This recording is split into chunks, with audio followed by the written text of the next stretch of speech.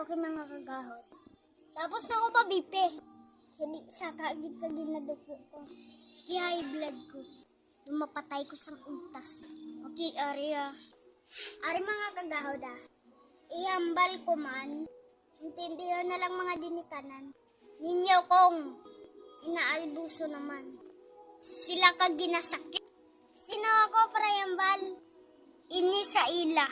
If they tried to reach out to them. Pero wala may natabo. Sino ko para ipilit? Sometimes yung advice na hinhatag ta na sa tao from our experience. But it's not always applicable sa tanan. Kaya nga magkalain-lain kita ng karanasan ang mga kon lang ang maambag lang na akong mamate. Magatag lang ko sang advice kag hindi sila pagpiliton himuon. Sila ang nakabalo sa mas maayo. Sa paminsaron balatsyagon nilalalaw. Sa paminsaron budlay. Kontraho ng paminsaron para sa tanan nga butang. Kadalasan sa aton mas gusto na lang ang peace of mind.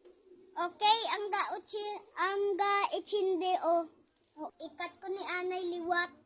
Kaya hindi ko gid mabato. Kaya do gina-high blood gid ko liwat. Kasaka naman dugo ko. Kaya mapapipi ko anay, continue lang taliwat.